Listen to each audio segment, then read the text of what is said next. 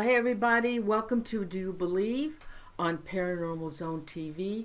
I want to thank you all so much for joining us tonight. And for those who may be new to the show, if you would please subscribe, I'd really appreciate it. We have a great show tonight. My returning guest is Deborah Moffitt. She is the author of The Unwelcomed, which will be our topic tonight. And also, her information was given to a Joey Albright who wrote the book, A Deadly Haunting, which is on the Moffitt family haunting. Also, we have Todd Hendrickson, who was a paranormal researcher and a research in the occult. So let's start the show. Hold on, guys. So our guest tonight, like I said, is Deborah Moffitt. Her books are A Deadly Haunting, which is based on a true story told by Deborah Moffitt, written by Joey Albright, and The Unwelcomed, written by Deborah Moffitt, based on a true story. It provides a factual account and pictorial study of the Moffitt's family, true paranormal experiences with over 100 photographs. Also, Todd Hendrickson, researcher in the occult. Let me show you his picture. And paranormal phenomena. His research has been published in the book Unwelcomed. He also writes in Fate magazine, and he is an occult and a Fate magazine and occultist Carroll Runyon's publication, The Seventh Ray Book 2, which he wrote in there. That was awesome. That guy's pretty famous, isn't he, Carroll Runyon? Oh, very. Oh, yeah. Wow, I looked that up. Anyway, so let's welcome, let me tell you one more thing about the Moffitts, okay? The Moffitts were a typical American family until a caretaker of their ailing grandmother performed an ancient ritual intended for healing, but instead unleashing a powerful and terrifying demon, one of the 7 princes of the devil himself.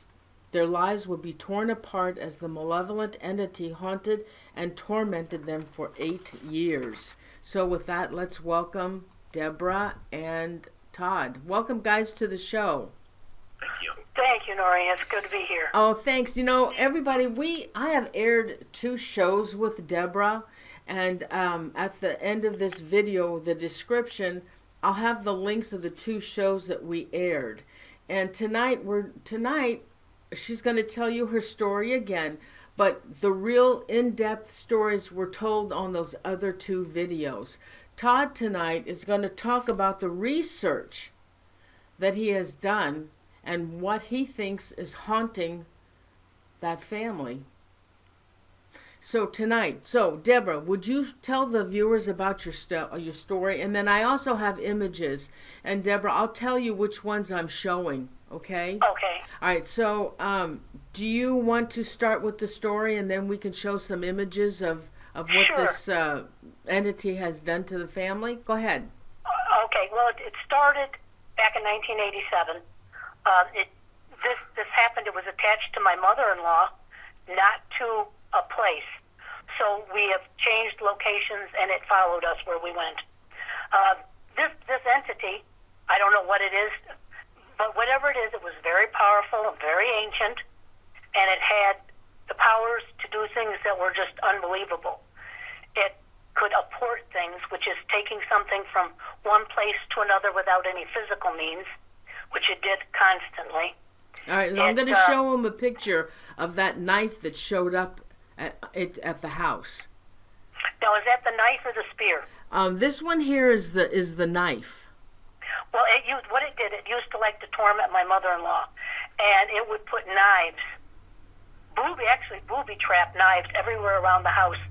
If there was a chair she was going to sit in, she had to be careful before she sat, because it would take a knife and put it from the bottom up, so that if she sat, she'd sit on the knife. So her life became a constant vigil. She had to constantly look where she sat, look where she laid down. Everything was focused on my mother-in-law. Mm-hmm. And one power that this entity had, which I never heard of before, was the ability to write, to communicate. And I called him Mr. Entity, and he started writing on the mirror up in her bedroom with soap. All right. And it would have long conversations with soap on mirrors. So it was able to communicate, and it just hated my mother-in-law.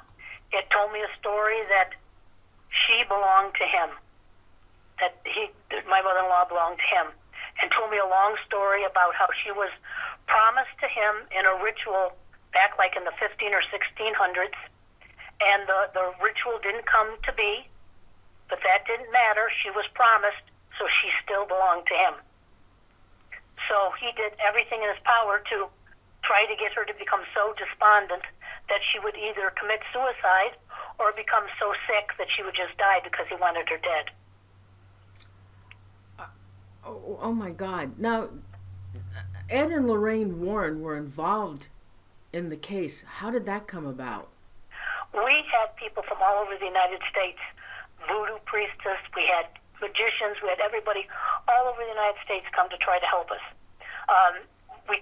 I contacted Ed and Lorraine Warren, who were very nice. They were way across country in Connecticut, but they were coming to California to see a friend of theirs in Los Angeles.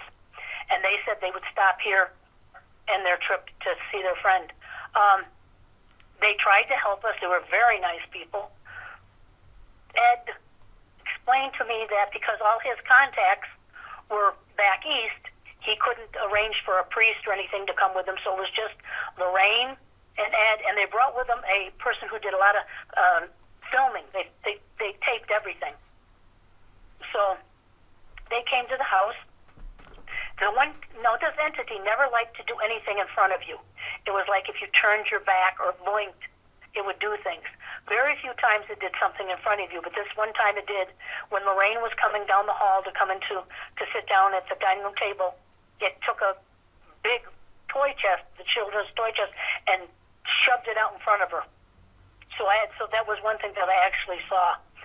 So then Lorraine came in and Ed came in. We all sat down at the table, and they just sat for a few minutes, and then Lorraine said, I'm going to walk around, Ed. And she didn't want anybody with her. She went through the whole house. At that time, we talked to Ed for a while, and he was very easy to talk to. Told us wonderful stories about things that had happened. And then Lorraine came back, and she said, Ed, this is really bad. She said, this is one of the most powerful entities we've ever come across. She said, and he's ancient, very, very ancient. Wow. So when my mother-in-law heard that, she was just frightened to death. Oh my God, I guess so. So they arranged to come back the next day to do what Ed called a rite of provocation. So we went into the living room. Now my mother-in-law didn't want anything to do with this because she was frightened. So she stayed in the other room with our little son. So Ed, Rain, the person who was filming, my husband, myself, my father-in-law, and an investigator were all in the room together. Now, we had an investigator staying with us. His name was Gary. He was staying with us, documenting what was going on. So my father-in-law, now, when we lived together, there was my mother-in-law, my father-in-law, myself, my husband, Bill, that was their son, and my child. That's who lived in the house who were being tormented. Ed started off saying, I can't, it was quite a while ago, so I don't remember the words he used, but he did some type of prayer and did some kind of demands, and I was sitting next to my father-in-law, and while I was sitting there, my father-in-law started to change, and I don't mean, like someone just morphs into something completely different. He didn't do that, but his mannerisms changed. The way his body was, he held his body changed. He became from a normal person to a person that was kind of slumped over, one arm kind of hung by his side, and he just kind of changed. And Ed was going through more prayers and doing demands, and all of a sudden my father-in-law stood up, and he started walking towards Ed. And when he was walking, he was bent over, one arm kind of hung, and the other arm was kind of folded up next to his chest. And one of his legs was kind of like limp, and he just kind of dragged it as he walked. And he walked over to Ed, and he just looked at Ed in the face, didn't say a word, and then Ed took some type of piece of wood or something that he had, and he held it up to him. And he said, "You can't harm me. This is a relic, and it will protect me." And my father-in-law, in a voice that wasn't his, said, "I'm going to take that and your hand and bite it off and chew it up and spit it in your face." Oh, my God. And then he just looked at Ed, and Ed just kind of never said a word, another word. Everything just went completely quiet in the house. Then my father-in-law turned around and walked very slowly back to the couch, sat back down, and slowly became my father-in-law. Oh. So whatever was there, or at least there was more than one thing here, but something went into my father-in-law. And Ed and Lorraine, that night was late. And they said, "Well, we can't do anything tonight. We can't. We'll talk about it tomorrow." So that night, by this time we were all living together in one room. The entity, my mother and father-in-law, used to have upstairs. They had their own bedroom and a sitting room and everything, but he took that over. That became his. Upstairs belonged to the entity. So we all moved together in the master suite at the bottom, so we were all living together. So that's where we were living. But Ed and Lorraine tried to arrange for an exorcism with an Episcopal minister in Los Angeles. We all went there and explained the story. And actually, at that time, my little baby son was baptized. Lorraine became his godmother. And they arranged for an exorcism, the priest to come to the house. But they had to leave. So they left. And that Sunday, the exorcist was supposed to come to the house. But when he came, my father-in-law wouldn't let him in. Oh, my God. So we never had the exorcism because he wasn't allowed in the house. Oh, my God. Okay, so tell me again, Lorraine, was Lorraine Warren, who was your godmother to who? My son, my eldest son. She's his she's passed now, but she was his godmother. No kidding. Yeah. I don't think They were very nice people. You hear a lot of bad publicity about them and this and that. All I can say about Ed and Lorraine Warren is when they were here, they were kind. They tried to help. They did all they could. So I can't say anything bad about them.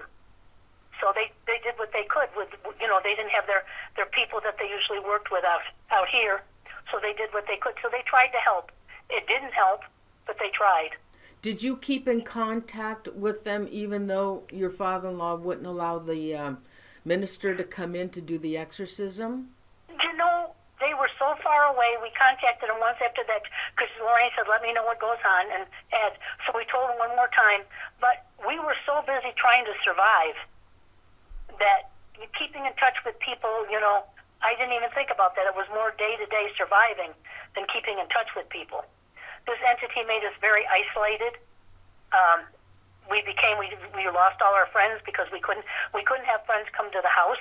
We couldn't go to their house because the entity would go with us and he would do things that would be embarrassing. Like we went to a friend's house while he was with us, and we came home, and the gentleman who we had just visited, we had his wallet sitting on our kitchen table. Oh my So God. how can you tell the gentleman you just visited, "Oh, by the way, we have your wallet"? He did things like that to make it so uncomfortable that we stayed away from people. That, and my mother-in-law didn't want anybody to know what was happening because she thought they would think we were crazy. So it was like we just became very isolated, and that's what he wanted. But this was for a long time. This was years. He became he was constantly writing and destroying. He destroyed the house, gouging symbols. He had symbols that he did. One symbol that he put all around the house, I always associate it with him, whether it's his symbol or not, or it means something else. All I know is that when I see that symbol, I think of Mr. Entity, and that's a triangle with a tail. And he put that all over the house. He gouged it into the walls. He cut it out of the carpets. Yeah. He destroyed the house. Every day was rebuilding the house. Till finally, when he started talking more, and the more he would talk on the mirror, he came downstairs to talk because we didn't go upstairs anymore. So he had to communicate on the downstairs bathroom.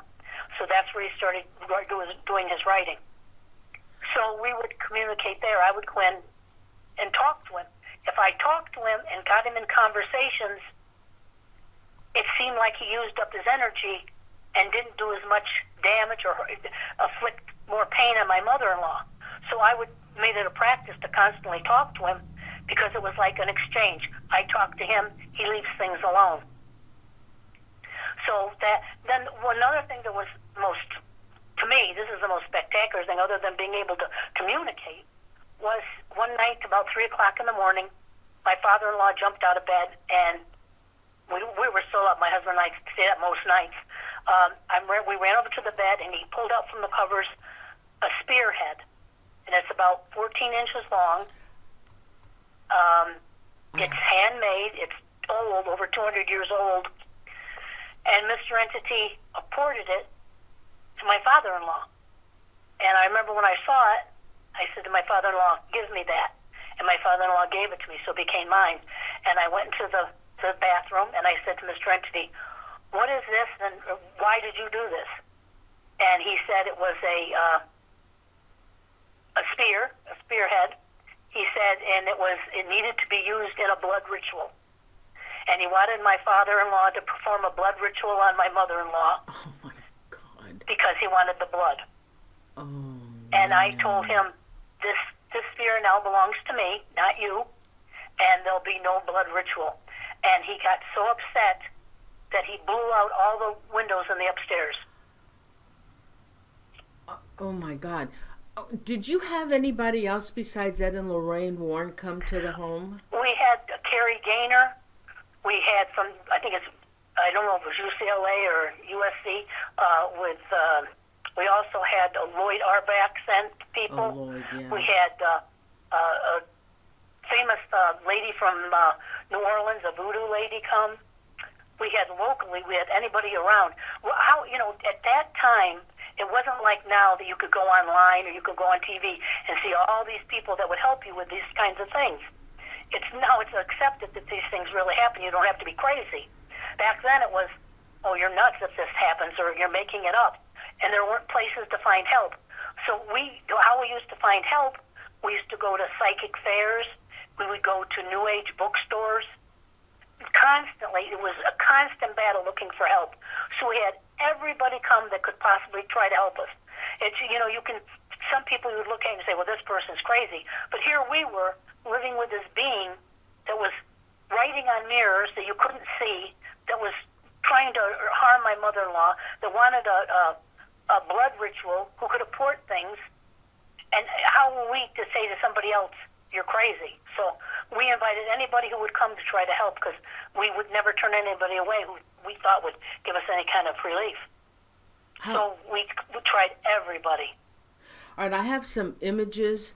Now, the one I was talking about earlier, this one was a knife with the tip cut off.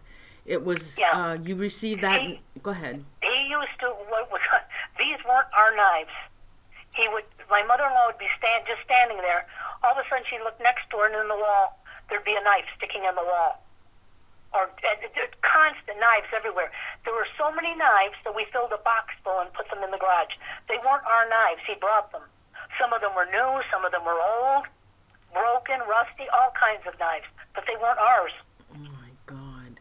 Now I have a picture of your mother-in-law in earlier years. What was now? One, I have them both together. One is where the wood is surrounded her image, and then the other one is a hook above her. Yeah. He took things. This was when we first moved up to the new house here. He first started with taking things from the piece of the wood from the fireplace, making symbols on the floor, and putting pictures. Old pictures that were packed away in the garage, getting them and putting her picture in these symbols. Everything he did were symbols. Okay. Let me see. Another one I have is, all right, this one. This one was in 1989, and it was dirt and rocks under the pillow. Yeah, he would. my mother-in-law would be in bed, and he would put things under her pillows, and then he would say, "This is the type of dirt that's going to be burying you soon." And he'd write these on the mirror for her. So he was constantly tormenting her. But he reported all kinds of things. One time she was in bed. He did this more than once to somebody else also, and he cut her hair while she was in bed sleeping. Her hair was cut. Oh. We had the other gentleman, Gary, that was here, was sitting at the kitchen table, and we heard clip, clip, clip, and we look over at Gary, and hair was falling from his head. Mr. Entity was cutting his hair as he sat there. Oh, my God. Let me show them another picture. All right, this one is the symbols in a mirror, typical what he would do. This was from 1990. And this one, it looks like a triangle with a circle, and there's a cross. This was, go ahead. I'm not familiar with it. Todd would be great to ask about the sigils, actually, because he understands them. To me, they were just drawings. I had no idea what they meant. But they actually, a lot of them have a lot of meaning. But he wrote those all the time. He got to the point where he became, I don't want to say, but he would bring me gifts. He would bring me all kinds of gifts. Strange things, but gifts. So he was very strange. You could talk to him, and he told me all kinds of things about the past and the present and the future. He told me all kinds of things. Whether they were true or not, I don't know. How did he communicate? How did he communicate with you? Writing on the mirror. Oh. You'd go into the bathroom. He wouldn't write in front of you. There was two mirrors. It was a two-sink vanity, and there were two big mirrors. And you'd go in and you look in the mirror and you talk to him. You'd leave. You could be gone 5 seconds. Come back in, and both mirrors would be covered with writing. Okay, so all right. Here's another. Here, I imagine it looks like a mirror in a bedroom. It says, "Talk to me." That was one of the first things he said. That was upstairs. Well, it was one of the first things he said upstairs. The first thing he wrote, "Talk to me." And then my father-in-law, we all see when something like that happens. Your first thing you think is, "Well, one of us is doing it," because none of us realized that a being that you can't see would have the ability to communicate on a mirror. We didn't know that. So what we automatically said, okay, which one of us is doing it? So we did a test. We cleaned the mirror upstairs, walked out of the bathroom, we waited a few minutes, went back in, there was fresh writing. So we saw that none of us were doing this, and no one else was in the house. What was he so we using? proved to ourselves something was there doing it. What? My father-in-law at that time said, "Well, who are you? What's your name? Yeah. What do you call? What's your name?" And he wrote, "I am Prince." Oh, what was he using to write on the mirrors? Soap.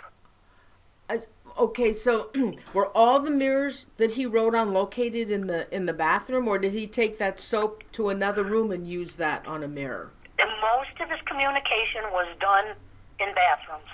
The one upstairs, and then, like I said, when they moved out of the upstairs and came downstairs and didn't go upstairs anymore, he started writing on the mirror downstairs so we could read it and see, talk to him. But he also once in a while would write on different pieces of glass throughout the house with soap. And he also would use paint and all kinds of things to write on the wall. But like I said, once I got him talking on the mirror with soap, it was like he used up his energy to talk. So I remember somebody said once, "Well, why do you let him have the soap? Take the soap away from him and they'll stop talking to you." But they didn't understand. If he didn't talk, he destroyed. Oh, my God. It was like blackmail. Either you talk to me or I'm destroying your house. Oh, my God. And it was a lot easier going in and saying, "Okay, Mr. Entity, so-and-so, blank, blank, blank," than having him gouge half your wall out trying to make the symbols. So it was like I said, it was almost like blackmail. All right, here's another picture on a mirror. Something, bad something. What's that? Oh, okay. When Mr. Entity first, first came here, he tried to make my mother-in-law think he was her dead sister. He evidently, when he came here, he went into the attic room first, and that's where he stayed. And he didn't want us going in there. So he would write on the mirror to my mother-in-law, "There's a bad wire in the attic. Don't go in there. It's dangerous." Trying to keep us out of the attic. And then he told her that he was her sister, and he called her by a name that only my mother-in-law knew. It was a name that they used when they were little bitty kids. It was Nini. And her sister was the only one that ever used it. So he called her Nini. So my mother-in-law thought, oh, this must be my dead sister. But, I mean, after a while, she must have realized, we tried talking to her, it's not your dead sister, Ma, it's this being or whatever it is, just trying to keep us out of the attic. So when she finally realized that, she wanted it to be her sister because she wouldn't be afraid of it if it was her sister.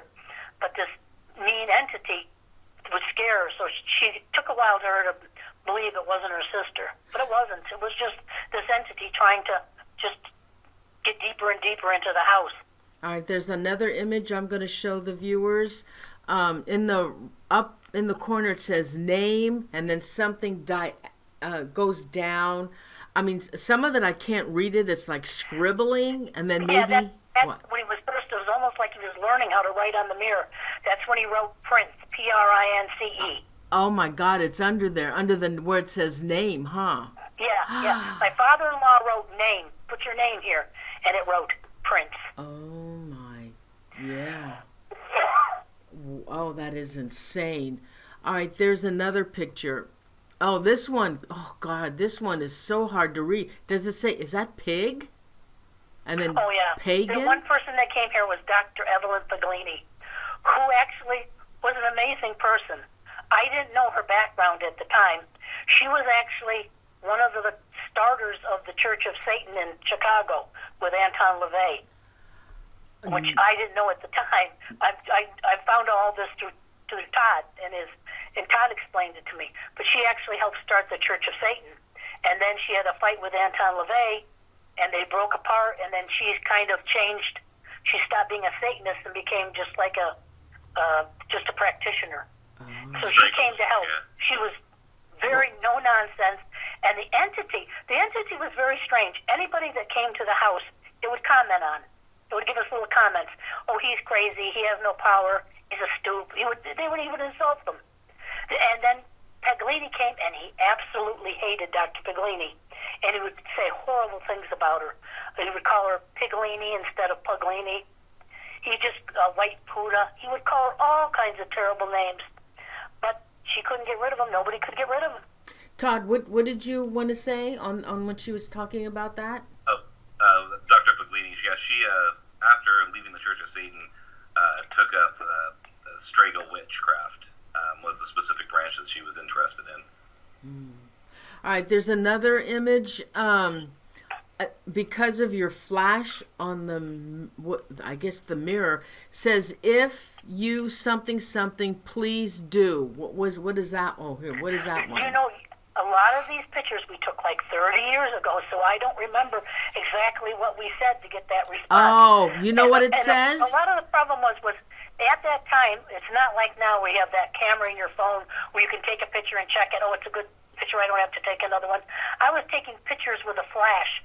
And when I took a picture, I couldn't tell if it was a good picture or not, but I had to clean the mirror right away so that he'd have a place to write again. I couldn't take like 5, 6 pictures to hope I got one right. I would just take a picture. So a lot of the pictures aren't of good quality, but if you look, you can see quite a bit, and some of them are good. Yeah. But that was the problem. There was the time. Okay, well, this one I can kind of read. At the very top, it says something, and then it says free you, and then it says if you something, any assistance, I believe, please do Dr.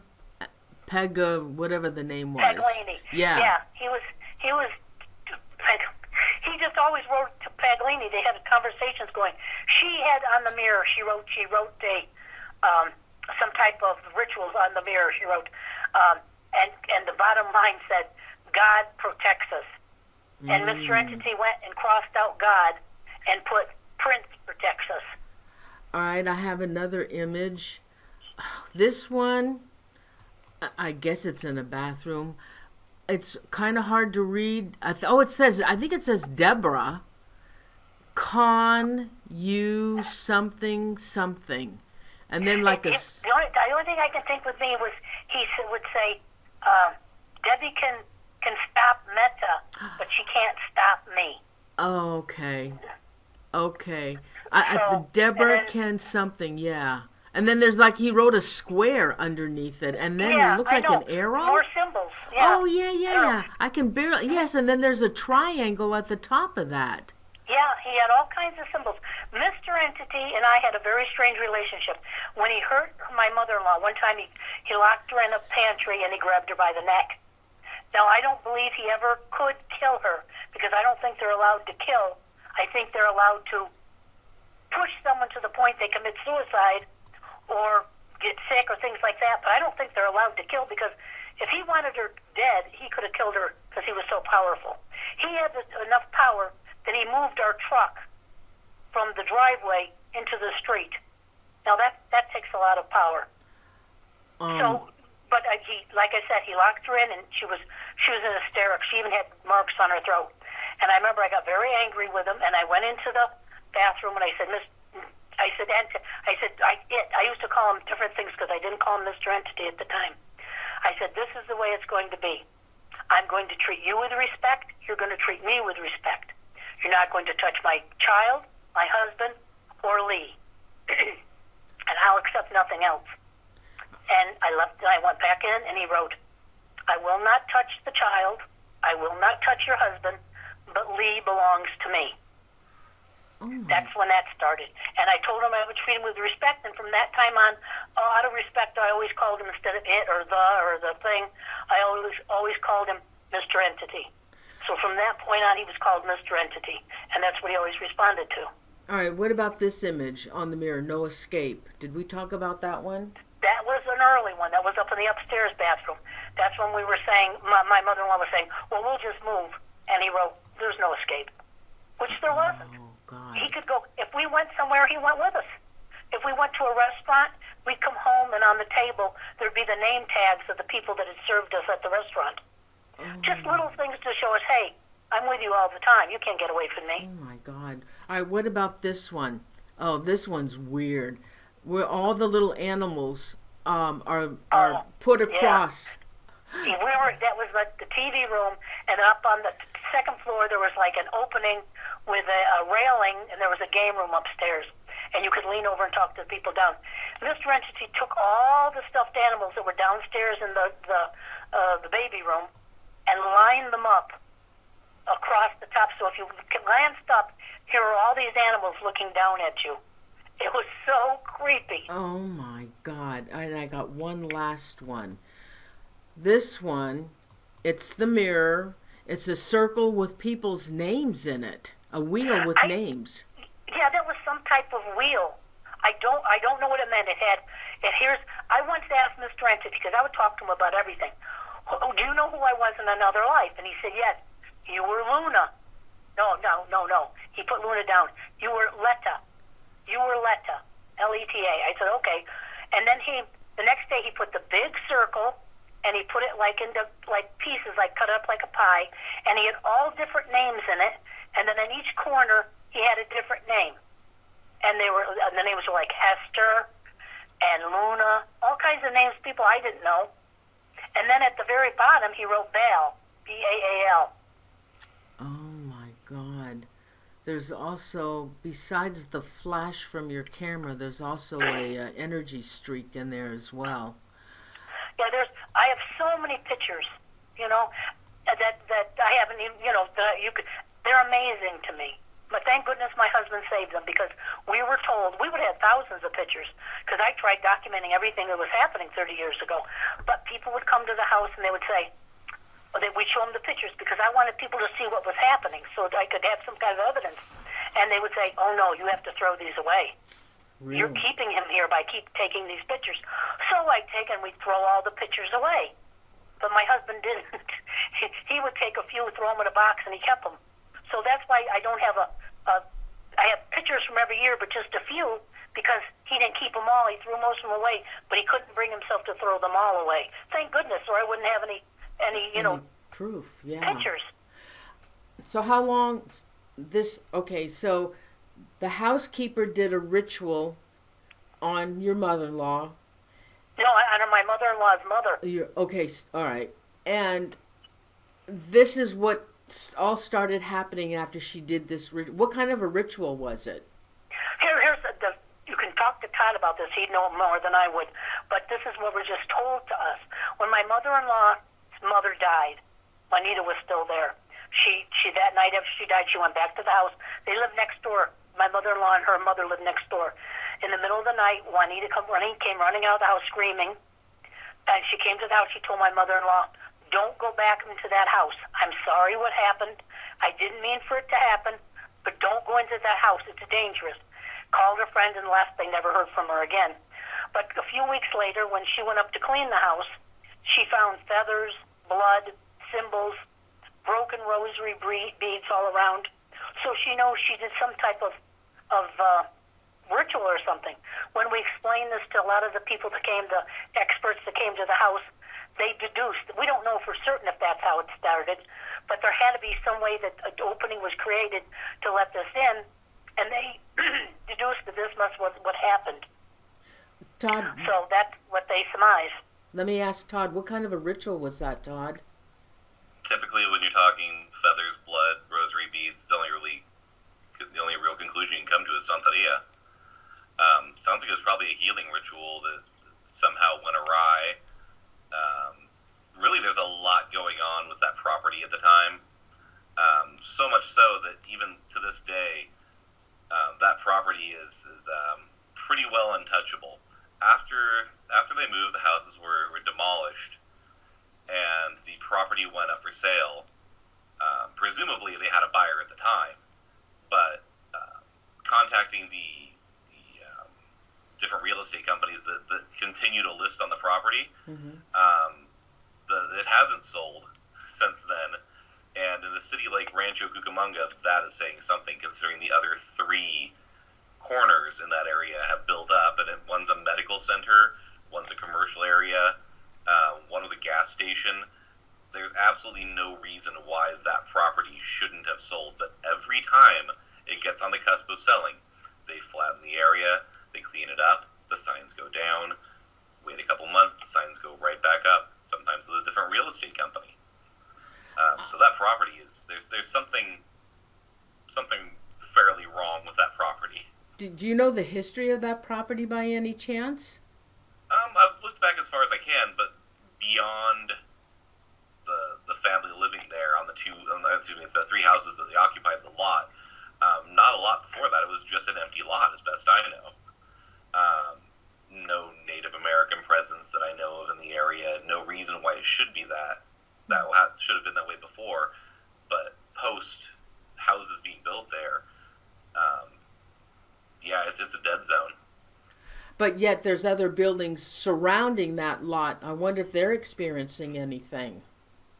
That's a good question. I think there's enough distance on two of them that you probably wouldn't notice, but I do notice that the gas station that has occupied the area across the street is closed and reopened several times. So I'm not sure what's going on with that. But they also for a one fact, corner had a murder, the other corner had somebody die in a traffic accident. So there's been a lot of death around there. Yeah, the cross that was there for the longest time.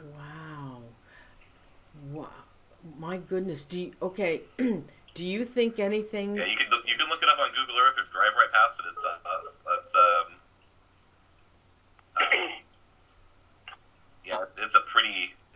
It's a pretty well built up area, but for some reason, just that one lot it goes up for sale and it comes right back down every time. Do you think? I think right now they're using it to just store trucks.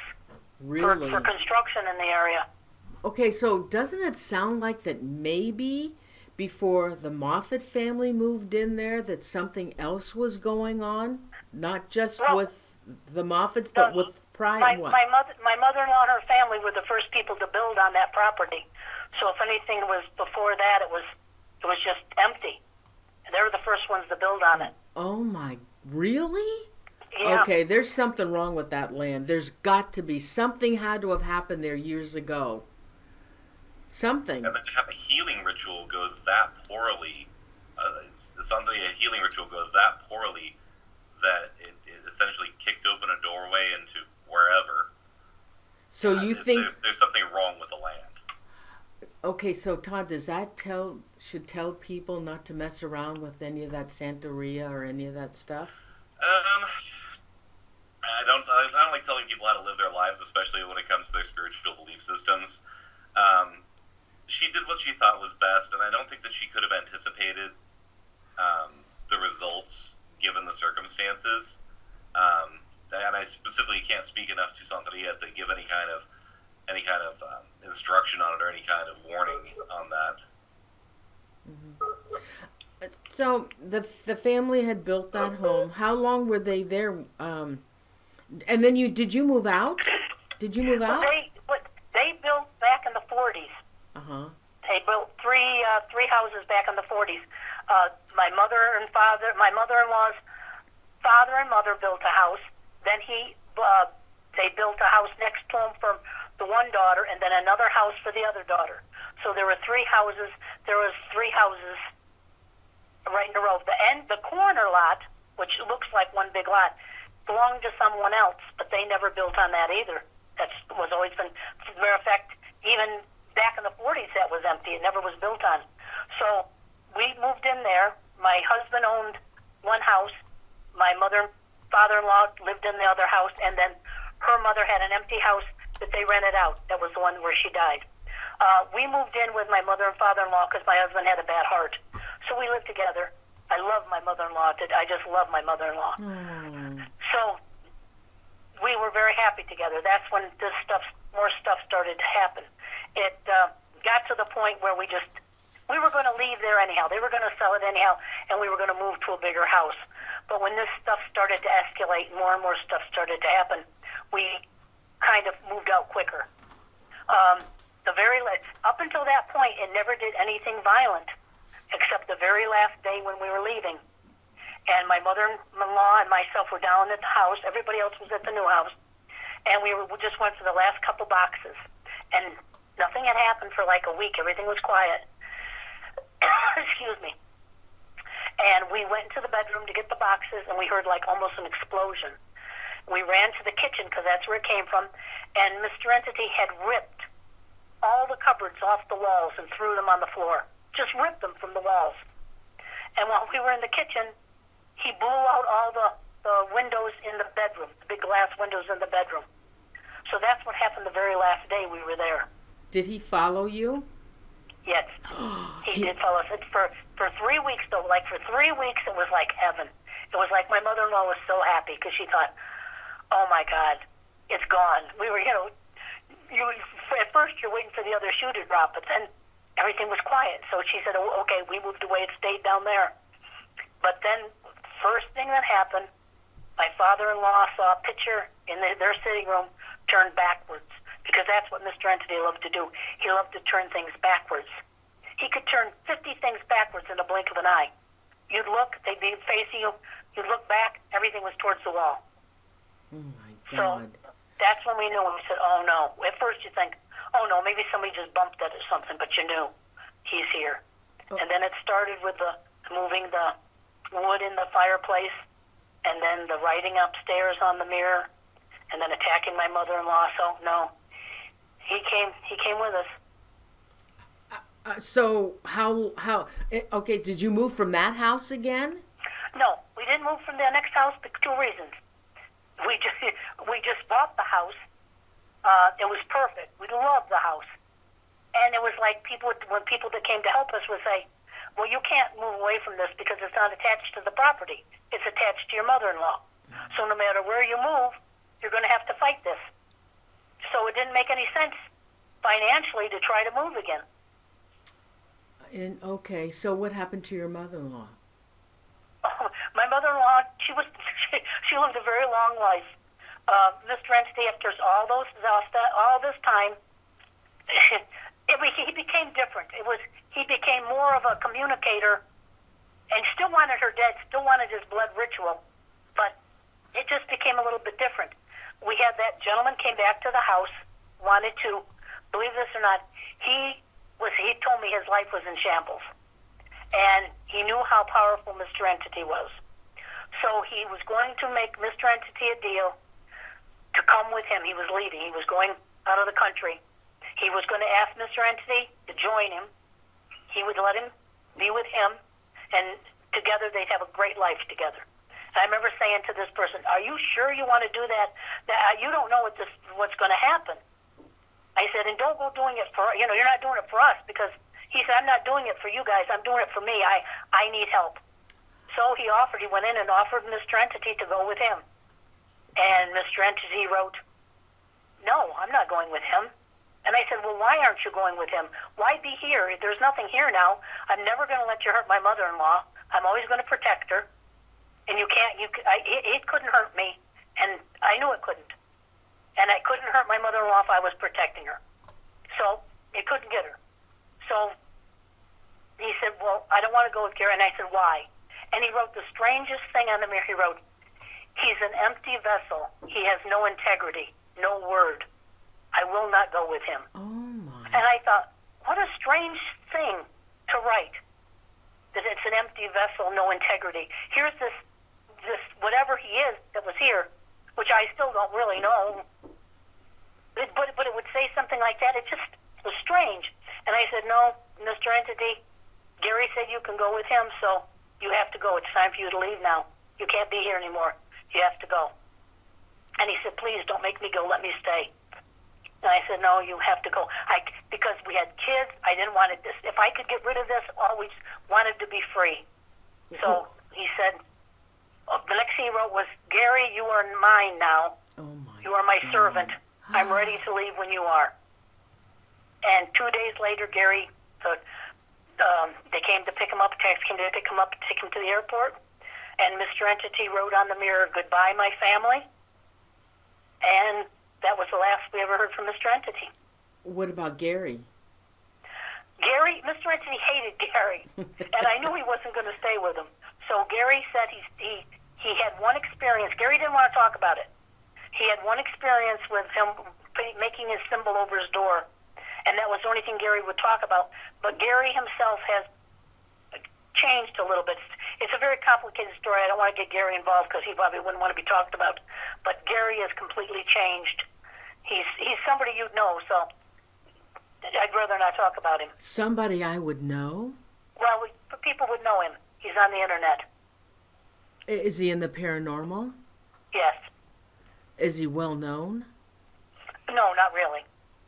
Oh, thanks, Todd. Oh, my. Don't say anything. I don't want to get sued. We'll talk after the show, Todd. Oh, my goodness. Okay, so, all right. So you told Mr. Entity he had to go, and he said, "Please don't make me go." He said, "Please, I want to stay here." Okay, wait a I want to minute. stay here with you. Okay, had you tried that before to tell him, "Just go, leave us alone"? Do you know what? I did. But I didn't.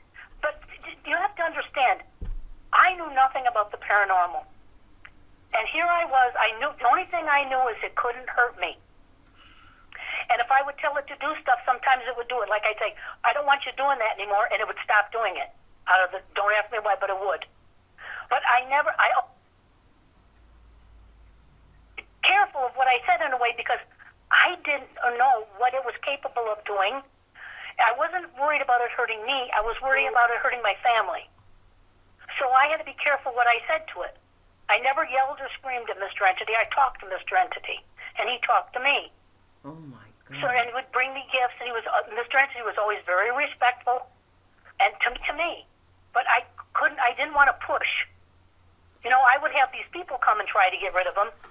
I didn't realize that I had the power to say, "You have to go," and he'd go. I just didn't realize that. Until it got to the end where I said, "Well, he's got a place to go. You got to go." Oh, my God. Because he just said, "No, please, I don't want to go. I want to stay. I want to stay here with you." I said, "No, you got to go." Isn't that weird, And he though? left. But he wanted your mother-in-law, but yet he was willing to go with Gary. Yeah, because I guess, I don't know why, because I don't know if it's because I always could just tell him to go and he would have left. I don't know. See, there's so many things about this, I just don't know. I never understood, and there's no one. Todd has been the best one trying to help me understand things. Other than that, I really don't understand anything. And how was your mother-in-law feeling during this time? my mother-in-law and I became extremely close because we were like twins, because if she was with me, she was safe, so she was always with me. So we came to, when Mr. Entity left, remember we were still all living in the bedroom. She stayed in the bedroom. My father-in-law had left. She threw him out because there was a lot of things going on other than just Mr. Entity with him. So he left, so she was with us. She stayed in the bedroom with us. All of us stayed in the bedroom for like 2 years after Mr. Entity left. Mm-hmm. Because you don't know if it was coming back. And she was too afraid to leave. So for 2 years, we still all stayed together. Then after 2 years, she moved in the bedroom right across from us with the door open all the time. So we were constantly still together. It took years for her to get her confidence back. Years. And until the day my husband died, he was always affected. He never would go into the rest of the house unless someone went with him. He wouldn't go. He wouldn't be in the bedroom. It would be like 10 at night. He wanted to go in the kitchen. I'd have to get up and go with him to the kitchen because he wouldn't go by himself. Wow. So he was scarred. And, things like this happen, and then it stops. And you think, oh, okay, everything's okay, but it's not. It leaves a lot of scars, emotional scars. I just thank God my children were so small that it didn't affect them. My God. All right. Is there anything else more you want to talk about on your haunting? Because I want to get into now what Todd on fine. his research. I'm fine. I just wanted people to understand what happened. Okay. Do you want to stay with us while Todd talks about your case? No, you go right ahead, and thank you very much, and I love you, Todd, and thank you, Noreen. Oh, thank you, honey. Thanks so much. And everything is okay now with you, right? Everything's fine. Oh, Everything's fine. Oh, I'm so happy. Okay, well, we'll talk again, honey. Thank you for coming on. Thanks. Thank you. Bye-bye. Bye-bye, Todd. Bye. Bye. Todd, I was going to ask you some questions, but you know what? This whole thing is so bizarre. Let's get into this case. Now, I know you're an occultist, and so you must have some knowledge of possibly what might have been happening. But tell the story. I have your information that you sent me on the research. Very bizarre how this all came about. Talk about your research on this case. Well, it started out pretty well the same way it went across the next several years, which is just frustration. There's a lot to the case, and there's a lot of threads to try to pull at, to try to unravel exactly what was happening there. And really, there's only one central question, which is the identity of Mr. Entity, what it was. And that's the part that really had me banging my head up against the wall, because I went through the standard text that you'd look through from a Western Hermetic standpoint. I was looking through like the Mejiton, the Goetia, for something, anything that could match the symbol, that could match the personality of the being, than the physical evidence that it left behind, the writing on the mirror, and really nothing was matching. I was going through every resource that I had, and it was frustrating for a very long time. If you look on the bottom of one of the pictures where it says Baal, B-A-L, I thought, okay, well, maybe Baal. Okay, that's the demon in the Goetia. Symbol doesn't match at all. Personality doesn't necessarily match what their thing is. Baal also was the Canaanite god of fertility. I really don't think that had to do anything with the case. Oh, yeah. And I was frustrated because, everything that everybody previously had pointed to was screaming demon. Lorraine Warren, for example, demon, ancient, powerful. But then I began to think, well, they were working with the tools and the descriptions that they had at the time. There's a lot of things that weren't in the zeitgeist that are now, and things kind of started to fall into place when I was listening to a podcast with Rosemary Ellen Guiley on it. She was talking about the jinn, and it's something that had just clicked in my head. Maybe I'll give it a listen. And she began to describe some of the lore about it, some of the history. I got into contact with her, and I described a little bit about the case, and she was like, well, that's highly possible. So bouncing back and forth between her, I decided I'd look for somebody who's more of a cultural expert on it. And asking around, one of the people that I knew from one of the organizations that I'd been in got a hold of me and said, hey, you already know someone. You've known him for 20-some years.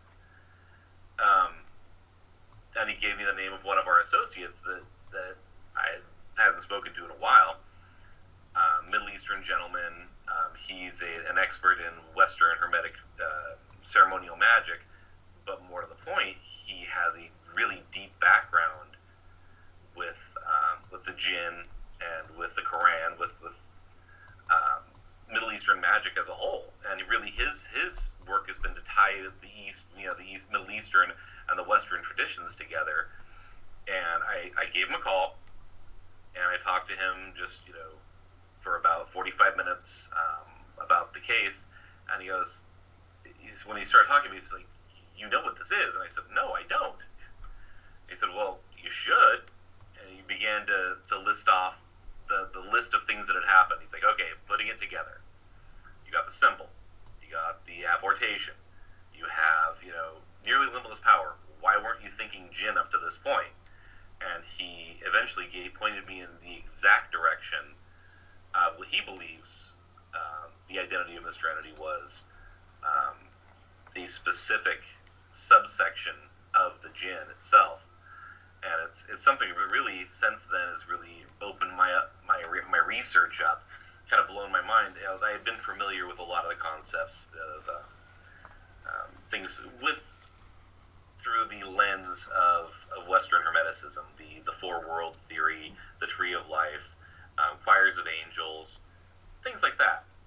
And the jinn had always kind of fallen into the subheading of the kings of fire, beings to be summoned for specific ritualistic purposes.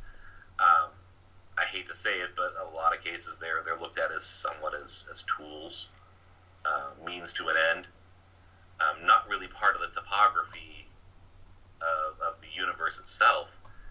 But if you're looking at it from the perspective of the Quran and some of the older traditions in the Middle East, the jinn were on par with humans, and they're just as much the part of the lore as the angels themselves. So that really led me down a rabbit hole. Can I ask you a question? Sure. So you believe that this was a jinn? Could it have been a poltergeist? I don't think so. A poltergeist typically wouldn't. Usually, it would need, to put it bluntly, somebody going through puberty. Usually, is usually for most poltergeist cases. Also, the level of power and the duration that it stuck around would far exceed that of a poltergeist. A human spirit is one of the first things that I kind of had to rule out. Poltergeist being part of that phenomena. It just, some of the things that Mr. Entity did were orders of magnitude more powerful than anything that you could have imagined from like the Enfield case or any of the more popular cases. Mm-hmm. So what is a jinn? A jinn is much like a human being. It's about, if you want to go by what the Quran says, about 2,000 years before God created humans, out of dried clay and black smooth mud, he created an order of being called the jinn out of smokeless flame of fire. So if you want to go by it alchemically, if humans are comprised of the elements of earth and water, the jinn were the predecessors that were made of fire and air. They were created sometime in between the creation of angels and humans, and spiritually they kind of fill that gap almost in a way. They're extremely interesting. There's a lot about them in the Quran and some of those Islamic texts that date back. I believe the Quran was written in 609 CE. The jinn were already well entranced in the lore of the area before the Quran was even written. So they were included in the Quran adding to that mythology. So then, her experiences with this entity, that is a typical what a jinn would do? I don't think there is any typical jinn behavior. They're so spread across the board. In a lot of ways, they're like humans. Some of them are very good. As a matter of fact, the Prophet Muhammad in the Quran was said to have converted his own personal jinn to Islam. So some of them are by nature very good, and some of them are by nature very evil, just like people. There are some rituals that date back a long ways, which entail how to the process for a human marrying a jinn. So there, in a lot of ways, it's that closeness between the two, I guess you call them races, has something that's been lost over the last 1,500 years or so. But does a jinn also, because this does resemble the characteristics of a poltergeist, so does a jinn also do that? Do they have that characteristics as well? They can. They're extraordinarily powerful, depending on the type of jinn, depending on what their particular manifestation is. They're very close. I guess you'd say, dimensionally speaking, to the physical, and they can interact with the physical very deeply. They're extraordinarily powerful.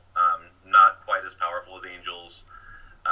More powerful than a human in a lot of ways, as far as certain particular phenomena go. But then, like I said, it really, the fact that Mr. Entity could do some of these things, like moving a truck, lifting that much, the movement that it made, the apportation across time, space, temporal, spatial anomalies that it could create,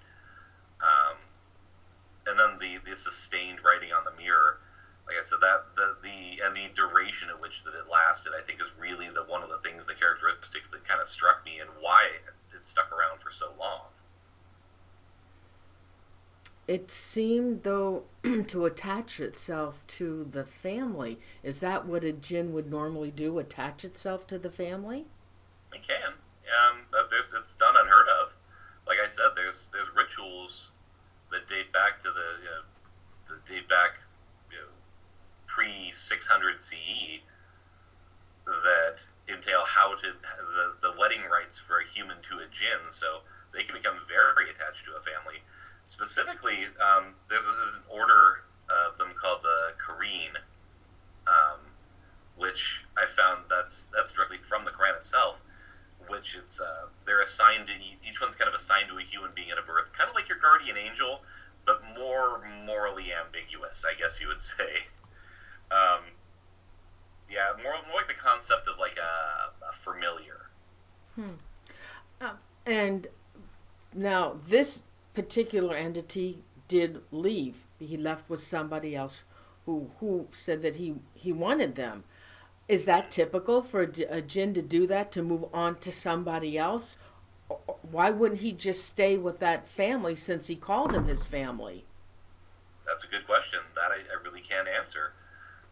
We have, in Western society, we have such little interaction and such little knowledge of the jinn, as where somebody who's raised in the area and raised in that culture would instinctively know quite a bit more about it. I think it's something that's really just coming into the line of sight for a lot of people in Western society right now. I think it's something that's extremely important as well, especially in a context of the Western Hermetic tradition. Because, like I said before, it seems as though up to a point, the jinn were only regarded as almost like an elemental. As where really there's so much more. And this jinn can be conjured up from a ritual gone wrong? It can be conjured up in any number of ways. I mean, there's all kinds of different ways to conjure a jinn depending on the tribe. As where angels have orders, jinn have a tribe that they're ascribed to, and each tribe isn't necessarily like a social affiliation. It's almost a sub-racial affiliation to it. there's specific rituals in those traditions to summon specific types, but in this case, I think something, any kind of tear in the astral, I think, can have strange things happen. Any weakening of the boundaries between the planes can have some odd effects, even under the most well-intentioned rituals. If something happens unexpectedly, it can spiral out of control. So this Jinn, if he hadn't gone with Gary, would he had stayed with the Moffitt family until they all died? Potentially, yeah. I don't see any reason he would have left unless he was specifically told to. I can't say for sure, but that's my best guess. So it sounded like that she would have been able to get rid of him by asking him to go. I think a lot of it had to do with the timing, too. At that point, Bill Sr. was gone. Mr. Entity wasn't necessarily being played with as much as he liked. Wasn't being fed the negativity the drama, I guess, that he really craved. So at a week, she kind of caught him at the best possible opportunity to command him to leave. And it's a possibility that having attached itself to the family, maybe given the strong enough wording or the right wording, she could have gotten rid of him at a point before that. Yeah. And is this something typical that a Jinn does? When you were having your conversations with Rosemary, did you tell her about the Moffitt family? Mm-hmm. Oh, I certainly did. And she would just say it just sounds like it could potentially be a Jinn-based activity. She didn't necessarily want to commit to it fully, saying, without having investigated it personally, I could see why she wouldn't have wanted to say, yeah, without a doubt, it's that. But once I got a hold of somebody who was, like I said, more of an expert in the Jinn itself, from that cultural standpoint, he immediately picked up. He's like, "Oh yeah, absolutely," and he pointed out immediately what he thought would have been immediately apparent to me, but wasn't even on my radar at the time. Oh, I know. I read your research. You poor thing. You were banging your head up against the wall trying to figure out what the heck this Mr. Entity was. I had read every common text I could think of, and I was asking everyone I thought that I knew, experts in the field, people that I knew socially, and 100 different answers, and each one of them kind of led to a dead end. Until, like I said, I kind of almost put it out of my mind, got some leisure time, and started listening to some podcasts, and came across Rosemary's interview that one day. Oh, I wish she was still alive. Were you able to show her any of the images that Deborah had captured? The symbols and the circle with names? I mean, what does all that mean? A lot of it is, I had thought, had some attribution to alchemical symbols. So I kind of almost disregarded it as just some kind of junk scribblings at times. That triangle with the tail really bothered me because I couldn't find it anywhere. I looked just about everywhere I could for it, and that one just drove me nuts. And then having shown that to my friend, he got back to me. He's like, "Oh yeah, it's sigil. It's own personal sigil. It's like signing your name." I said, "Oh, okay. Well, there's no way I would have known that, I guess, you know." But yeah, that was a major revelation for me right there. It's just its own signature, its own signatory seal. But what's the meaning of the symbols? That, oh yeah, here it is. I'm showing this image. It has a cross, crisscross. Then it has a circle with some kind of symbol in the middle. Then again, here is the triangle with the tail, which he wrote in the mirror. And he also, because of the flash on the mirror, it's really hard. He wrote something vertical, and it looks like MA something C, which I can't make out. Yeah, for some reason across the Skype I can't actually see which picture you pulled up at this point, so I'm not really sure which one it is.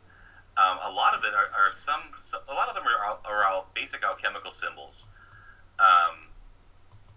which has kind of led me down the road of some kind of Western thinking would be able to work this out.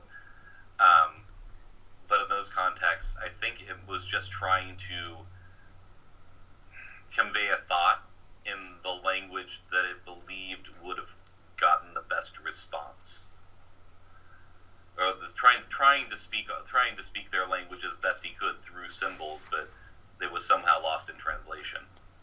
Yeah. We're talking with your Muslim, he was Muslim, right? Your Muslim friend? Yes. And you showed him these pictures as well. Did he know what those symbols might have meant? Not really. He came to the same conclusion because we had a lot of the same background when it comes to the Western way of looking at things. From an Eastern perspective, he's like, no, nothing really. Triangle with the tail? Absolutely, yes. That looks very, very familiar, especially when I described the one physical manifestation that Mr. Entity had when he made himself known the one time when the two investigators were investigating the attic that one day.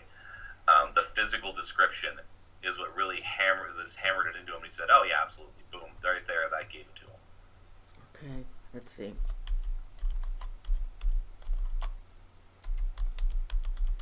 We're going to take some questions. Will you take some questions? Sure, absolutely. Okay, hold on, guys. Is there anything else you want to say about this case that you want to share with us? Yeah, specifically, how deep the jinn lore really is. It's something that's a lot of people are very much into angels, very specific areas of occult lore. The jinn is something which has really barely been tapped, and I wanted to kind of focus in on the fact that it really is just a tip of the iceberg, in my opinion, as far as how big our universe really is, as far as how big our spiritual reality really is, and how nuanced it can be, how beautiful it can be. There's all kinds of jinn. Some of them are, by nature, typically darker. Specifically the Ifrit and the Shaitan. Some of them are they're mostly demons. That's what when you think demons, in a lot of ways, the physical manifestations of demons would look a lot like the inscriptions of those two tribes. But on the far other side, you've got like the Jan, who are traditionally a lot more accepting of humans, and in their physical nature, a lot more like what you think of an angel. So really, it as far as the spiritual spectrum goes, they run the whole gamut. Oh my gosh. It's really too bad that Rosemary passed away, because she took a lot of knowledge with her, which is really sad. All right, we have some questions for you. Okay, first question from Anna Boline. Do you have any thought to maybe past life hatred with this entity towards the mother-in-law? Maybe he felt he needed revenge in this life when he found or recognized her soul. Yeah, I thought about that as well, actually. The jinn are notoriously long-lived beings. Our concept of time and their concept of time are two completely different things. So they are, by orders of lifetimes, it could be hundreds, thousands of years old by our reckoning. When the Quran speaks about their origins, it speaks in the parlance of thousands of years. Really, I don't think that that's physically thousands of years, because obviously there's a lot of evidence that proves that our universe is much older than just a few thousand years old. So really, as far as how far back these beings go, all we know is it's somewhere between the creation of angels, which is shortly after the universe was created by God, and that of humans. And of course, you have to question whether that means the evolution of humans from, Australopithecus or Neanderthal, or, Homo sapiens sapien. So there's a very, very large window there. So this particular jinn could have been extraordinarily long-lived. It could have followed the family, spiritually speaking, their souls, or the soul group, across thousands of years. Wow. All right, next question from Shelty Shangri-La. Wonder if a jinn is causing, Keith Linder's issues. The entity did drawings too, if I recall. Do you know the case of the demonic haunting in Washington, the Keith Linder story? I'm not sure I'm familiar with that one, actually. Oh, okay, well, you know what? I'm going to have you on the show next year. We're going to talk about occult and some of these cases that I've aired where they have also had symbols and really weird things going on. So how about you want to do that a show with me next year? Absolutely. Sounds like fun. Okay. So Shelty, next year we'll do a show on Keith Linder's case and other cases that have symbols and some other issues going on. And Todd will join us, okay? Since Todd doesn't know about the case... yeah, it sounds interesting. I'd like to have some time to sit down and research it. Okay, well, I've done several shows with him, and actually I'm doing a show with him again on November 21st, because the last show we aired, we had audio problems. So I'm redoing the whole show. All right, so the next question from Nancy. What should someone do if they encounter a jinn? It depends on the type of jinn. Once again, they run the gamut from being fully accepting of humans, what you'd consider to be a good, there's neutral, there's evil. In the case that you come across one which is of a negative nature,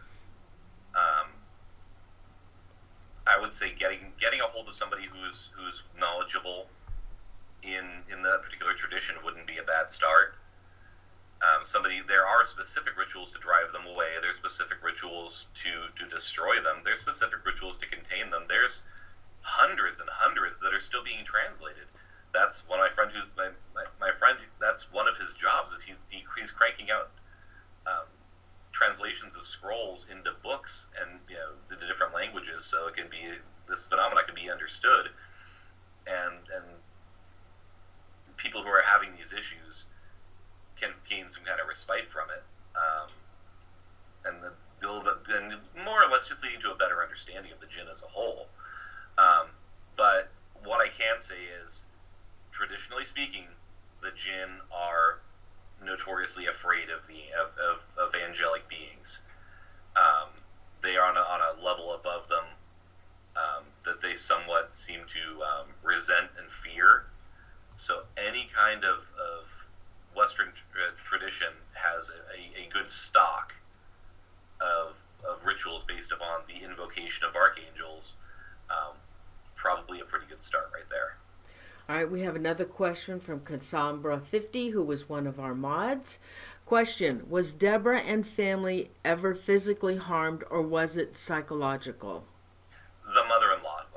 The time in the pantry where the entity had shut her in there actually physically began to strangle her, left bruise marks along her neck. A lot of it was psychological. Most of it was psychological.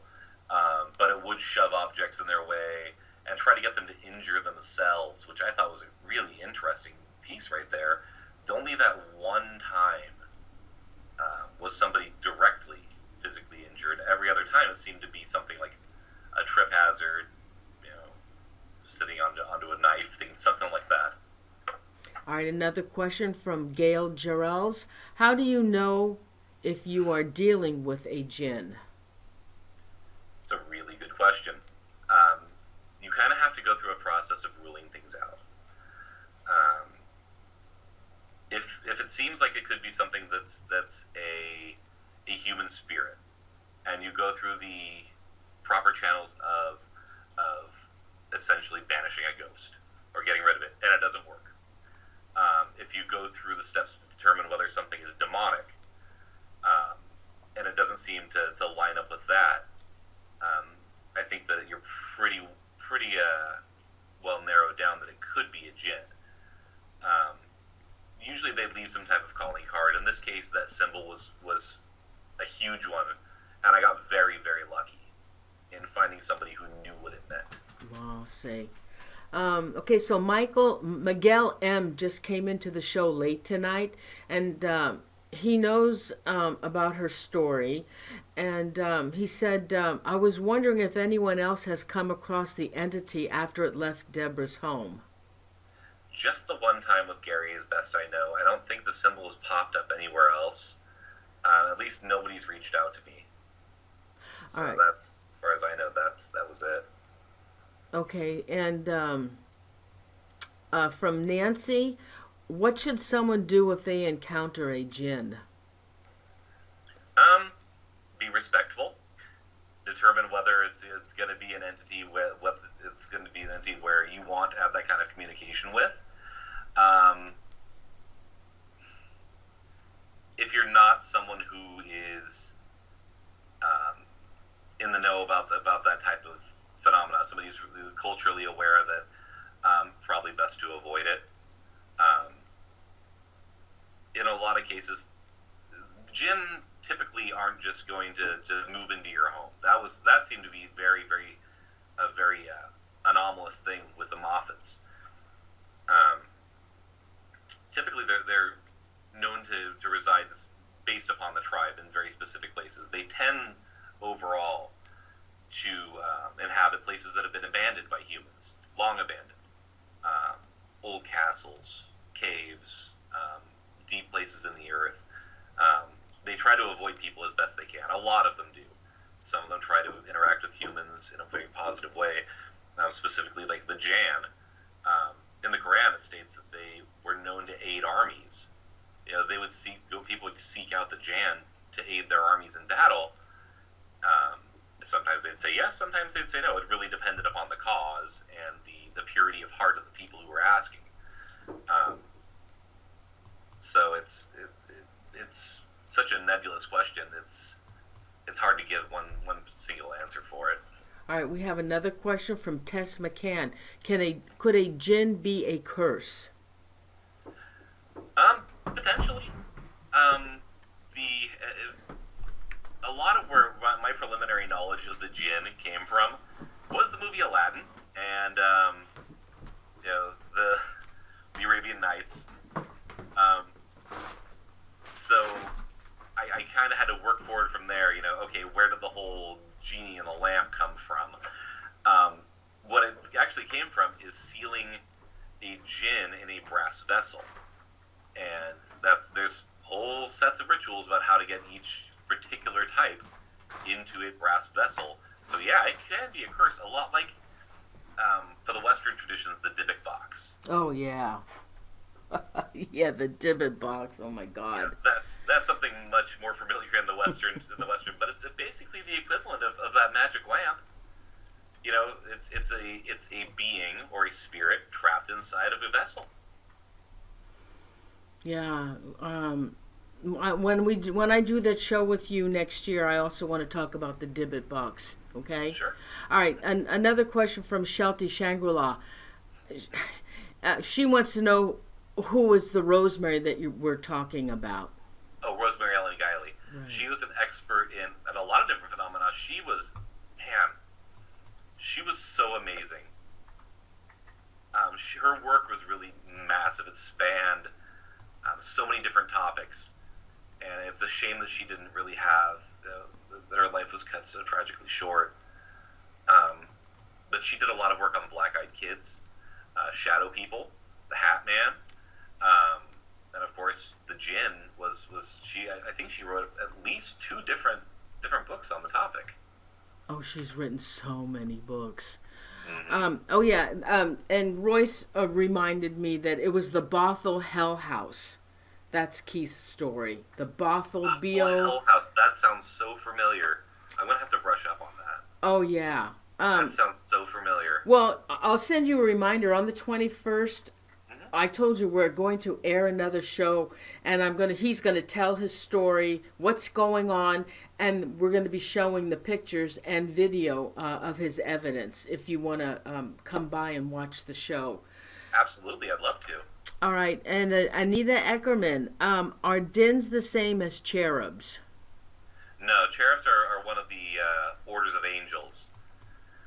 Jinn are a whole separate being, race, a whole different separate classification of spiritual being. like I said, there's a whole hierarchy. Like when it comes to certain types of angels, you got the seraphim, the malachim, you know, dozens of different choirs of angels, different strata of angels, and then on the other end you've got different tribes of jinn.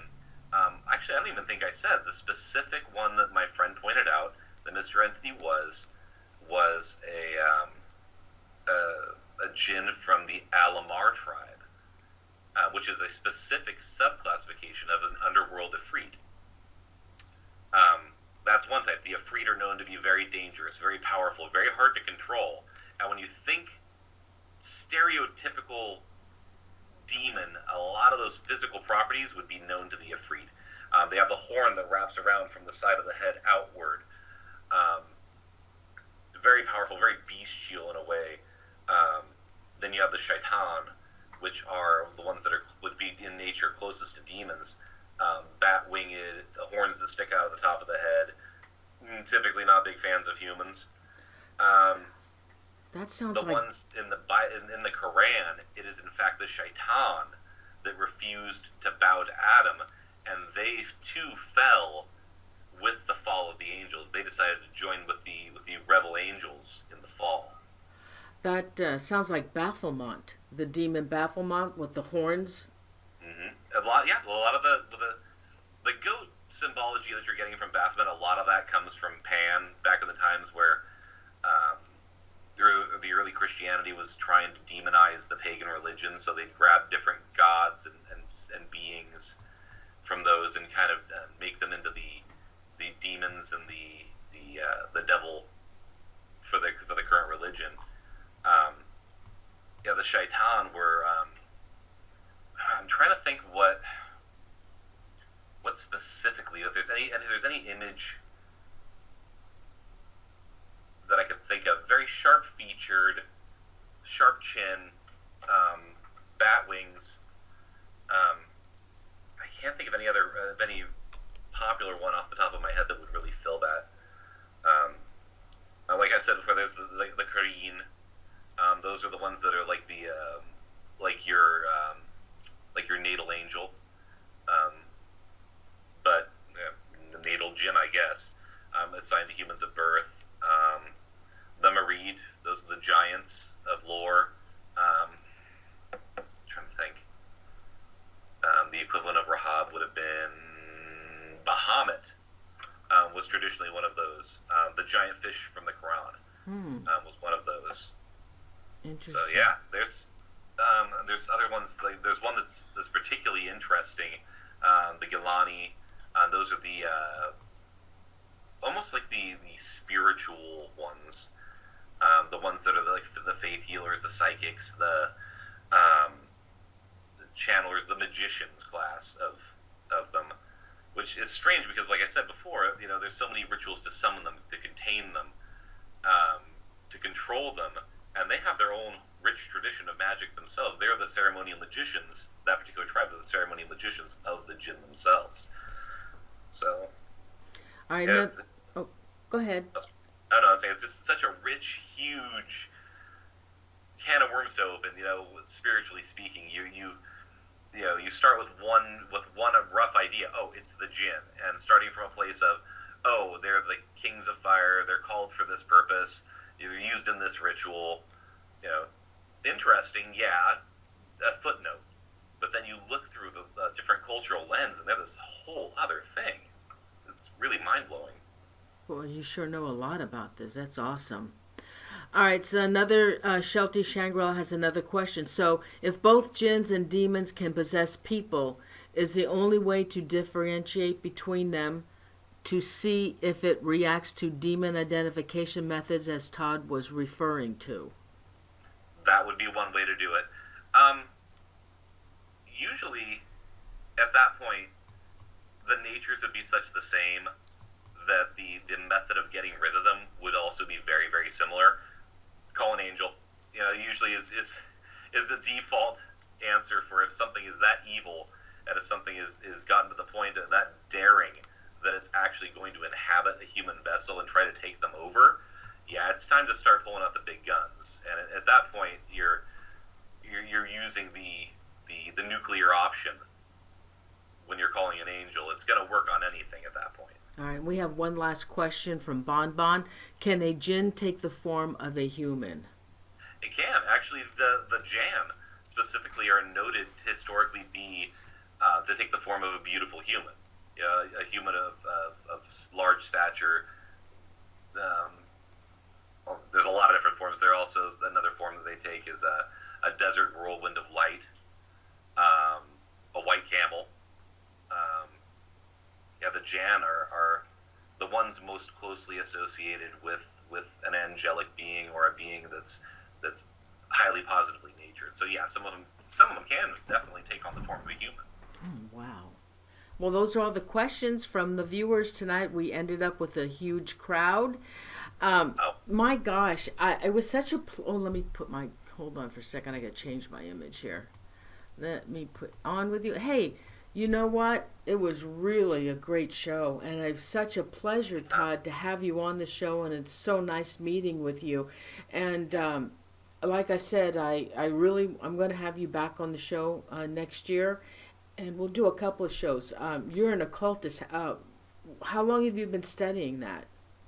On and off for the last, since about 1996, 1997. How deep did you get into it? Different traditions, pretty deep. Some things I can speak to, some things I can't. But in the Western Hermetic traditions, I'm fairly well versed. And I've tried to at least get a broad knowledge of different traditions to try to look at them through that perspective itself. But most of my formal training, I guess you could say, would be through the Western mystery schools. Okay, so what is it that you can't talk about? Specific other people that are in organizations, the organizations themselves, and how high up I got in those organizations. Really? Yeah, that's something that is just not spoken about. What about Aleister McCrawley? Do you know? Aleister Crowley, yeah, he was Uncle Al. Yeah, he's what an interesting figure. He's really had a resurgence of popularity, hasn't he? Well, I did a show with him like 5 years ago on that topic. I did a show. Oh, okay. Yeah, he's a fascinating figure historically, and his organization, the OTO, I have some insane respect for. There's a lot of my good friends are members of that organization, and they've done some fantastic work. I mean, even there, if you look at the base, he might not have been the most likable figure up front, but if you look at what he preached, if you look at what he actually tried to do for people, he was a really, really interesting figure. The whole concept of essentially taking that whole love thy neighbor and trying to blow it up onto a global scale and saying, do as thou wilt should be the whole of the law, love is the law, love under will. Basically meaning to do your true magical will, to follow your true inner nature, do it with love as the guide. Do it with your, walk with your heart forward. And it really is such a beautiful spiritual system, especially when you tie it with the OTO is kind of a standalone organization. Magically speaking, it's a magical organization, but they are tied to their they do have a branch which is more I guess religious in nature, and really some of their teachings are quite beautiful. What about the one from San Francisco? God, he was more of a Satanist, though. God, what was his name in San Francisco? He was the one, actually, I think, that started the Satanist church in San Francisco. Anton Sandro LaVey? Yeah, Andrew LaVey. My husband actually knew him. Anton Sandro LaVey, man, he was that guy was a cult of personality right there. He started the modern Satanism, the Luciferian Church, and really it's more of an anti-religion than a religion itself. It's not as spooky as a lot of people think. and it's if you adhere to its tenets, really, it's more akin to I wouldn't say even agnosticism, because it really doesn't necessarily believe in any god at all. So it'd be atheism. It's organized atheism, I suppose. There's quite a story on him. I did a show on him as well, except I don't own that show because I was aired on somebody else's network, and I wish I had it. I actually interviewed his one of his former wife, and I tried to get a hold of her, and I promised her I deleted her email, and I wish I could get her back on the show, but I tried to reach out to the Church of Satan in San Francisco, but they won't even respond. She's probably not even involved in it anymore. But he was quite interesting. He loved the San Francisco Police Department. He loved the cops, and my husband minded for someone who thinks of Satanists as these devil worshipping evil people. They're very civically minded. He was no dummy. But how he all started was it was a San Francisco cop that he was really close with told him to to go into that, and he did, is what the story goes. I read that. But he was quite interesting, and maybe we should do a show on Anton. Are you interested in the Anton LaVey case? I think I've gone about as far as I'd like to go into that.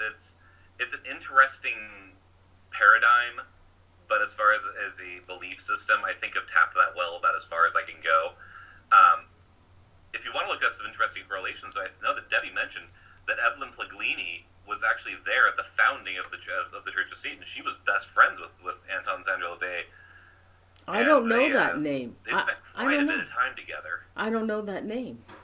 Oh, she's the one that was Dr. Puglini from Debbie's case. Yeah, I know, but I never heard of her. Because when I did air the show on him, but her name never came up and it was never mentioned. And in my research on Anton LaVey, I never came across that name. Yeah, she was a pretty big name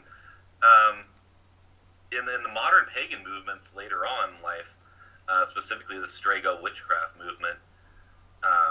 And she was a pretty consistent guest on a lot of the late night talk shows on AM radio, if you know what I mean. Yeah, you know her voice immediately if you'd listened to it back then. She kind of had a voice like this. She was a heavy smoker's voice, very distinctive voice, extraordinary woman. How much do you? Very knowledgeable. Wow. How much do you know about witchcraft?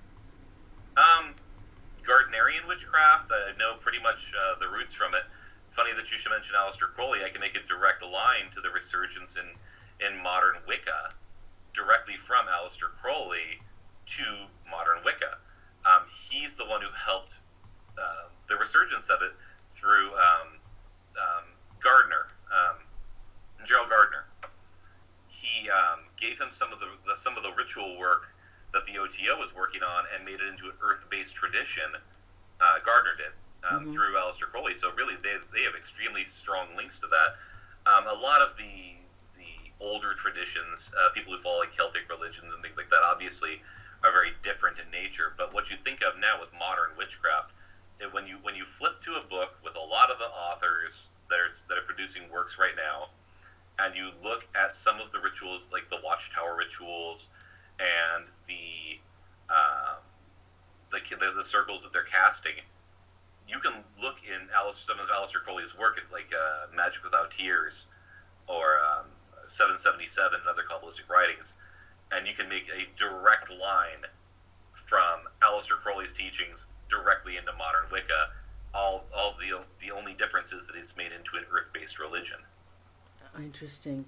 Todd, I just can't. I'm so thrilled to have you on the show tonight. It was so much fun. I really enjoyed having you. So, everybody, give it an applause to Todd for joining the show tonight. It was a lot of fun, and I know the viewers enjoyed the show. And we will have you back next year for another great show. And Thank Todd, you so much for having me. This has been great. Oh, thank you so much, and I appreciate you coming on, and I will send you a message, okay, and set up a show for next year, okay? Great. Sounds wonderful. Oh, yeah, thank you so much. Good night, Todd. Thank you. Good night. Good Thank night. you.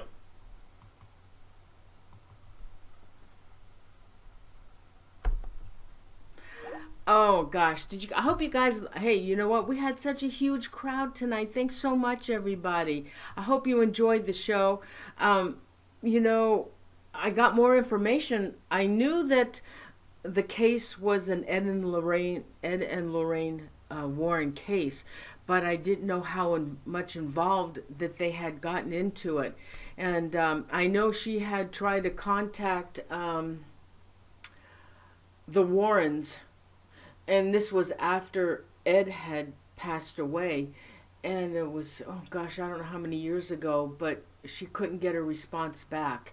And I think maybe that's when maybe Lorraine, you know, was experiencing some medical issues, and I think that's maybe why, because they recorded that, and it was on they recorded that, I think it was on video as well, and she wanted to get a hold, or at least a copy of it, and I don't know, and that's all she wants, but I don't think she's ever going to get it.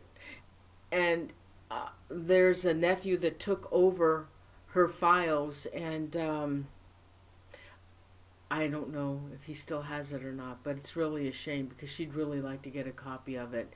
And if anybody knows that Spira fell, I think it's his last name is Spira, I'd like to get a hold of him and ask him if he would please release that information or a copy to the family.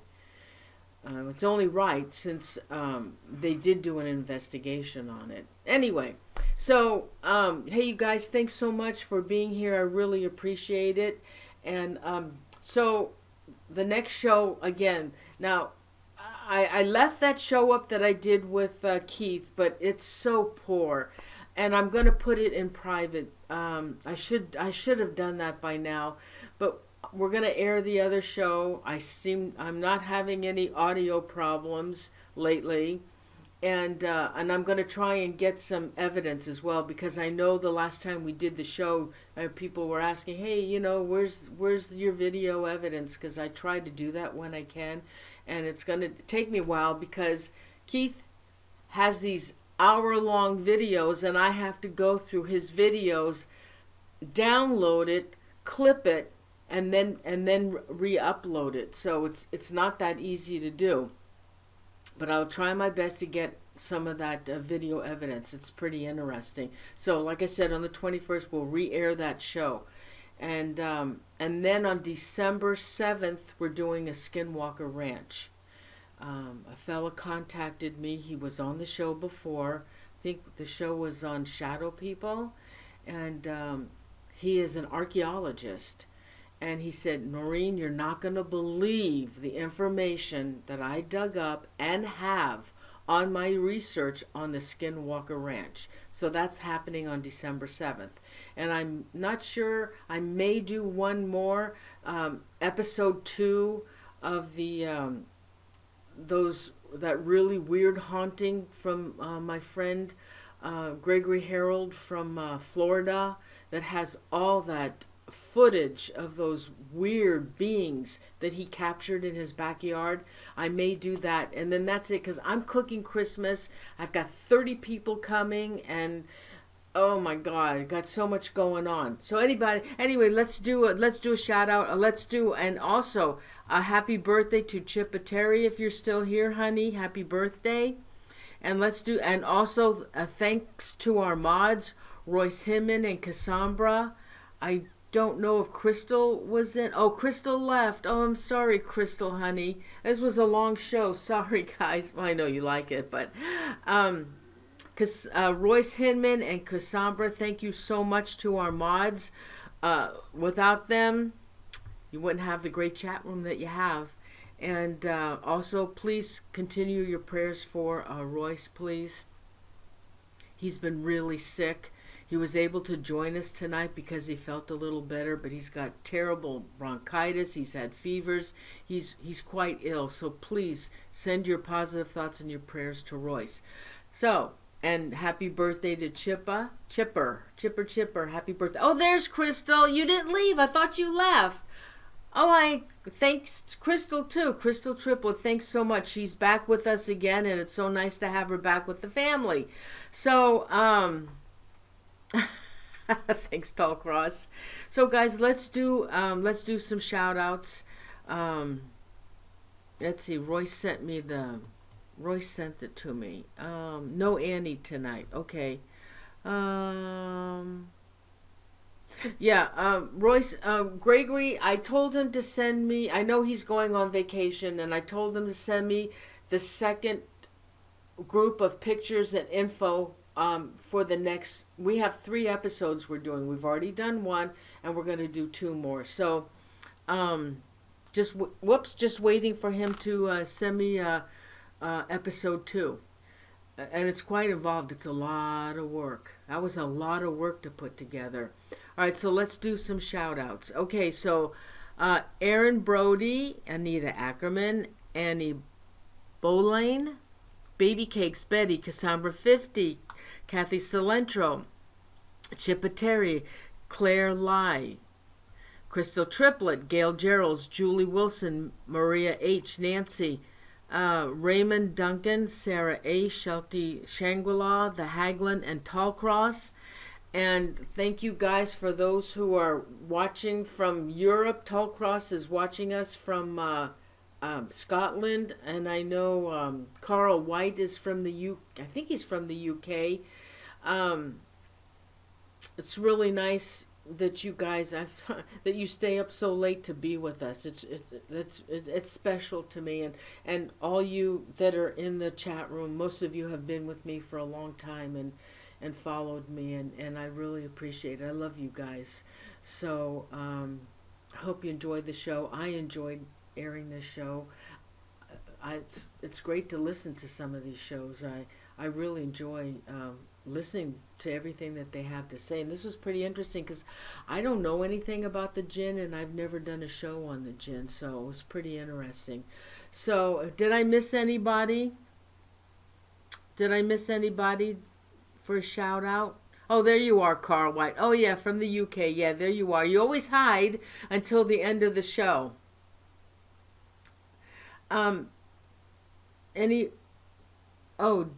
Jordan Perkins. Thank you, Jordan. Love you too. Did I miss anybody?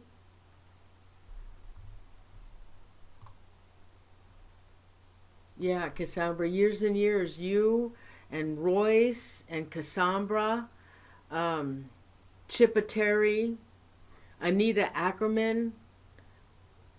Been with me for a long time.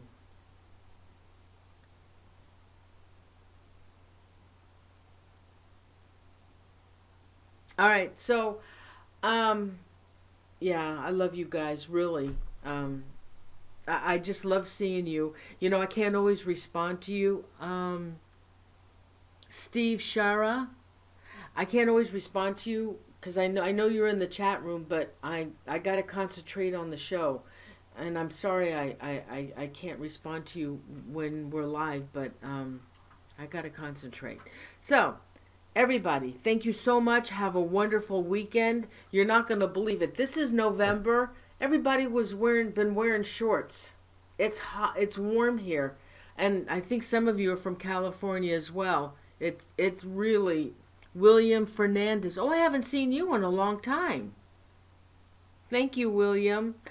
Can you imagine? November, and we're wearing sandals and shorts. It's really discouraging because I'm ready for, it looks like our winters are warming up. So we used to get cold winters. We've gotten down to 17 degrees, and it's been a long time since it's reached that temperature. Now we're in the 80s and it's November.